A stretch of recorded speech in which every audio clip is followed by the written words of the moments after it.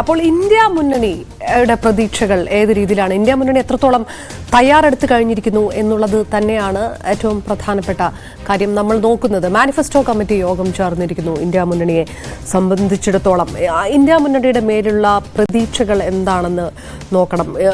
അവരുടെ 3-4 യോഗങ്ങൾ നടന്നത് ആ ഒരു ഇടവേളയുണ്ട്. അത് ഈ സഖ്യവുമായി ബന്ധപ്പെട്ട് ഏറ്റവും പ്രധാനപ്പെട്ട കാര്യങ്ങൾ നടന്ന കാര്യങ്ങളൊക്കെയാണ്. ഈ 5 സംസ്ഥാനങ്ങളിൽ തെരഞ്ഞെടുപ്പ് നടക്കുക, അതിൽ വലിയ പ്രതീക്ഷകൾ ഉണ്ടായിരുന്ന കാര്യങ്ങളൊക്കെ കൈവിട്ടു പോവുക. കോൺഗ്രസിന് കയ്യിലുണ്ടായിരുന്ന രാജസ്ഥാൻ പോവുക, ഛത്തീസ്ഗഡ് പോവുക, വലിയ പ്രതീക്ഷ ഉണ്ടായിരുന്ന മധ്യപ്രദേശിൽ കനത്ത പരാജയം, അതേസമയം തെലങ്കാനയിൽ വിജയം നേടുക.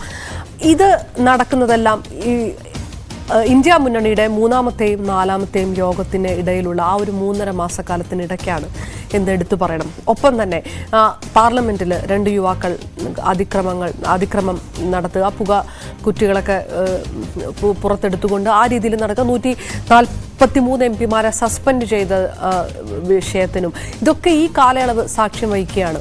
ഒപ്പം ഇതേ സമയത്ത് തന്നെയാണ് BJPയെ സംബന്ധിച്ചിടത്തോളം BJP അയോധ്യ രാമക്ഷേത്രവുമായിട്ടുള്ള ആ ക്യാമ്പയിൻ കൂടുതൽ ശക്തമായി മുന്നോട്ട് കൊണ്ടുപോകുന്നത്. അത് തന്നെ ഒരു തെരഞ്ഞെടുപ്പിലേക്ക് എത്രത്തോളം സുസജ്ജമാക്കാൻ BJP ഉപയോഗിക്കുകയാണ് എന്നുള്ളൊരു സന്ദേശം പുറത്തേക്ക് വരുന്നതെല്ലാം ഈ കാലയളവിലാണ്. എത്രത്തോളം തയ്യാറെടുത്തിട്ടുണ്ട് ഇന്ത്യ മുന്നണി എന്നുള്ളത് ഒരു വിഷയം തന്നെയാണ്. ഈ BJP കൂടുതൽ ശക്തി ആർജിക്കുന്ന നീക്കങ്ങൾ നടത്തുക. ഇപ്പോൾ ഈ പറഞ്ഞ പോലെ തന്നെ രാമക്ഷേത്രത്തിൻ്റെ ജനുവരി കഴിയുമ്പോഴേക്കും അതൊരു കൃത്യമായിട്ടുള്ളൊരു അജണ്ടയായിട്ട് ഞങ്ങളിതാ നടപ്പാക്കിയിരിക്കുന്നു എന്ന് പറയാൻ കഴിയുന്ന ഒരു അവസ്ഥയിലേക്ക് BJP എത്തുകയൊക്കെയാണ്. അവിടെയാണ് ലോക്സഭാ തെരഞ്ഞെടുപ്പിൻ്റെ വാതിൽ തുറക്കുന്നത്. BJPക്ക് കഴിയുന്ന ഈ വിഷയങ്ങൾ ഉയർത്തിക്കൊണ്ടുവരാൻ ഇത്രയും കാര്യങ്ങൾ കയ്യിലുള്ളപ്പോൾ ഇതിനൊക്കെ ബദലാകാൻ ഇന്ത്യ മുന്നണിക്ക് കഴിയുന്നുണ്ടോ? ആ ഒരു മൈൽ സ്റ്റോണിലൂടെ ഇന്ത്യ മുന്നണി കടന്നു പോകുന്നുണ്ടോ?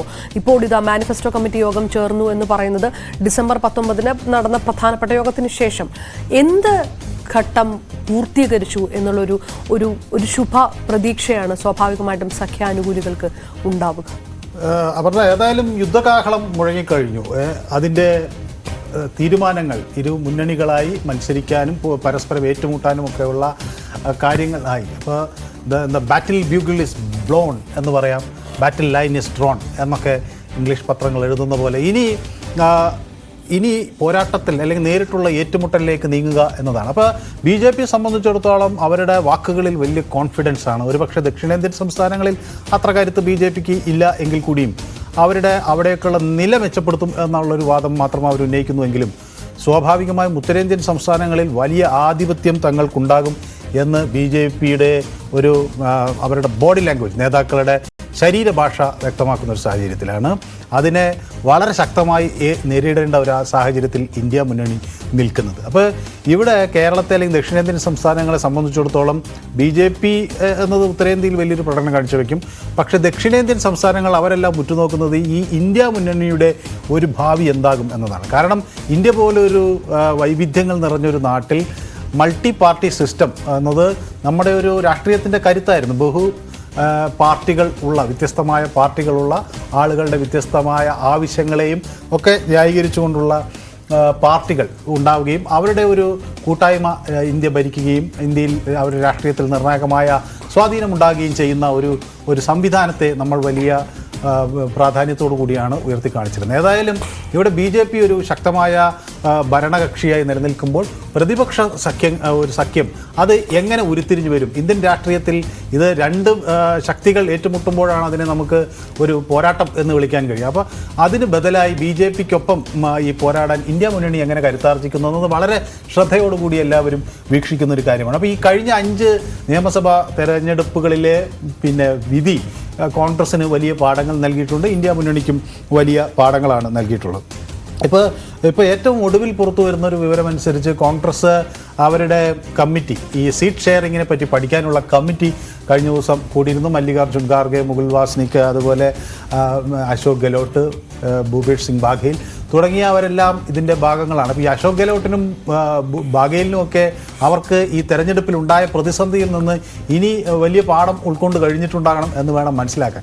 ഇതിൻ്റെയൊക്കെ ഒരു അടിസ്ഥാനത്തിലാണ് ഒരു 255 സീറ്റുകളിൽ മത്സരിക്കാം എന്ന നിലപാടിലേക്കാണ് ഇപ്പോൾ കോൺഗ്രസ് എത്തുന്നത്. അപ്പോൾ മറ്റ് മുന്നണിയിലെ മറ്റ് പാർട്ടികളുമായി ഈ സീറ്റ് ഷെയറിംഗ് ചർച്ചകൾക്ക് തുടക്കം കുറിക്കാൻ കോൺഗ്രസ് ആലോചനകൾ ഞാൻ നടത്തുന്നു. അതിന്റെ ഇടയിൽ ചോദിക്കുന്നത്, നമ്മൾ ആ ഒരു ഘട്ടത്തിലേക്ക് കടക്കുന്നതിന് മുന്നേ ഈ ഇന്ത്യ മുന്നണി സഖ്യത്തിലുള്ള ഭിന്നത, അത് ഈ ഡിസംബർ 19 വന്ന യോഗവുമായി ബന്ധപ്പെട്ട് മല്ലികാർജ്ജുൻ ഖാർഗെയുടെ പേര് പ്രധാനമന്ത്രി സ്ഥാനാർത്ഥിയായിട്ട് മമതാ ബാനർജിയും കേജ്രിവാളും നിർദ്ദേശിക്കുന്നത് തന്നെ അത് നിതീഷ് കുമാറോ രാഹുൽ ഗാന്ധിയോ അങ്ങനെ ഒരു സ്ഥാനാർത്ഥി പദത്തിലേക്ക് വരാതിരിക്കാനുള്ള ഒരു നീക്കമായിട്ടൊക്കെ വിലയിരുത്തപ്പെടുന്ന വിഷയങ്ങളുണ്ട്.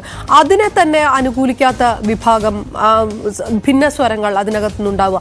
അങ്ങനെ ഏറ്റവും അവസാനം നടന്ന യോഗത്തിൽ പോലും ഉരുത്തിരിഞ്ഞ അഭിപ്രായവുമായി ബന്ധപ്പെട്ട് ഭിന്നതകൾ ഉയർന്നു വന്നതാണ്. ഇത്തരം വിഷയങ്ങൾ പരിഹരിക്കാതെ നിൽക്കുന്ന ഒരു സാഹചര്യം ഇപ്പോഴുമില്ലേ?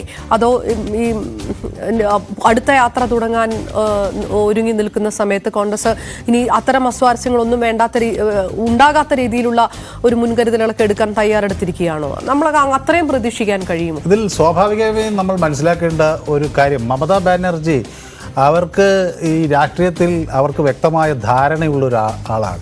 ഷടനോട് ഷാഠ്യം എന്ന നിലപാട് മമതാ ബാനർജിക്ക് ഉണ്ടെങ്കിലും രാഷ്ട്രീയ തന്ത്രത്തിലും അവരൊട്ടും പുറകിലല്ല. അപ്പോൾ ഇവിടെയാണ് മമതാ ബാനർജി ഇത്തരം ഒരു നീക്കം നടത്തുന്നത്. അപ്പോൾ ഇന്ത്യയിൽ പ്രധാനമായും പ്രതിപക്ഷ പാർട്ടികൾ നേരിടുന്ന ഒരു വലിയ വിമർശനം തെരഞ്ഞെടുപ്പുകളിലൂടെ ഉടനീളം അതൊരു കുടുംബാധിപത്യത്തിൻ്റെ ഭാഗമായി ആണ് ഇതെല്ലാം നടക്കുന്നത്. ഒരു കുടുംബത്തിലെ ആളുകളെ പ്രധാനമന്ത്രിയാക്കാനുള്ള അല്ലെങ്കിൽ അവരെ ലോഞ്ച് ചെയ്യാനാണ് ഈ പരിപാടിയൊക്കെ നടത്തുന്നത് BJP ആരോപണം ഒരു വശത്ത്.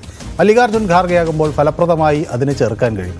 രണ്ടാമത്തെ കാര്യം, ഒരു പ്രധാനമന്ത്രി സ്ഥാനാർത്ഥി ആദ്യം പ്രഖ്യാപിക്കുമ്പോൾ അത് CPM പോലെ ഇടത് പാർട്ടികളെ ഒക്കെ അത് പ്രതിസന്ധിയിലാക്കും. കാരണം അവർക്ക് മല്ലികാർജ്ജുൻ ഖാർഗെയാണ് പ്രധാനമന്ത്രി എന്ന് പ്രഖ്യാപിച്ചുകൊണ്ട് ഒരു തെരഞ്ഞെടുപ്പിനെ നേരിടാൻ കഴിയില്ല. അവരുടെ എക്കാലത്തെയും ആവശ്യം ഒരു ആശയം, കോമൺ മിനിമം പ്രോഗ്രാം, ഒരു പൊതു പരിപാടി ഉണ്ടാക്കി ആ പരിപാടിയുടെ അടിസ്ഥാനത്തിൽ തെരഞ്ഞെടുപ്പിനെ നേരിടുക, തെരഞ്ഞെടുപ്പിന് ശേഷം വരുന്ന കാര്യങ്ങളെക്കുറിച്ച് അപ്പോഴാലോചിക്കുക, അല്ലെങ്കിൽ അപ്പോഴൊരു നേതാവിനെ പ്രഖ്യാപിക്കുക എന്നാണ്. ആദ്യം ഒരു പ്രധാനമന്ത്രി സ്ഥാനാർത്ഥിയെ പ്രഖ്യാപിച്ച് തെരഞ്ഞെടുപ്പിന് പോകേണ്ട എന്ന നിലപാടാണ്.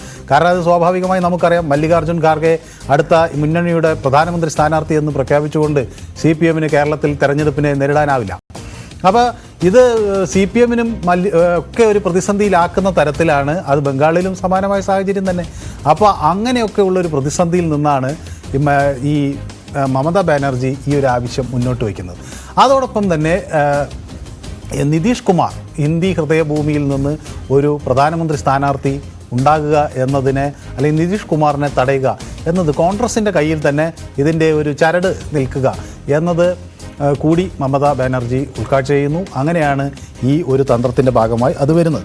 പക്ഷേ അതിനൊക്കെ അപ്പുറത്ത് നമുക്കറിയാം, മറുവശത്ത് നിതീഷ് കുമാർ വളരെ ശക്തമായി തൻ്റെ സ്ഥാനാർത്ഥിത്വം ഉറപ്പിക്കാനുള്ള ശ്രമം നേരത്തെ തന്നെ തുടങ്ങിക്കഴിഞ്ഞു. അദ്ദേഹത്തെ അനുനയിപ്പിക്കേണ്ട സാഹചര്യം ആദ്യഘട്ടത്തിൽ തന്നെ തുടങ്ങി ഈ മുന്നണിയിൽ ഉണ്ട്. കാരണം പ്രധാനമന്ത്രി സ്ഥാനാർത്ഥിത്വത്തിന് വേണ്ടിയുള്ള ഒരു മത്സരത്തിൽ താനും കൂടി ഉണ്ട്, അല്ലെങ്കിൽ താനാണ് മുന്നിൽ എന്ന് വളരെ സമർത്ഥിക്കാൻ ആദ്യഘട്ടം തൊട്ട് തന്നെ നിതീഷ് കുമാർ ശ്രമം നടത്തുകയാണ്. ഇപ്പോൾ അപർണ സൂചിപ്പിച്ചതുപോലെ തർക്കങ്ങൾ എല്ലായിടത്തുമുണ്ട്. ഇപ്പോൾ അധീർ രഞ്ജൻ ചൗധരി ബംഗാളിൽ സീറ്റ് വിഭജനത്തെക്കുറിച്ച് ചർച്ച ചെയ്യുന്നു. ബംഗാളിൽ 2 സീറ്റാണ് ഇന്ത്യൻ നാഷണൽ കോൺഗ്രസിനുള്ളത്. അപ്പോൾ അവിടെ കുറച്ചുകൂടി സീറ്റുകൾ വിട്ടുകിട്ടണം എന്നത്, കോൺഗ്രസ് അവിടെ 6 സീറ്റുകളെങ്കിലും വിട്ടുകിട്ടണം എന്ന നിലപാടിലാണ്. അത് അങ്ങനെ വന്നാൽ ഒരു 4 സീറ്റെങ്കിലും നമ്മൾ പലപ്പോഴും ഇതിൽ ചർച്ച ചെയ്തതാണ്.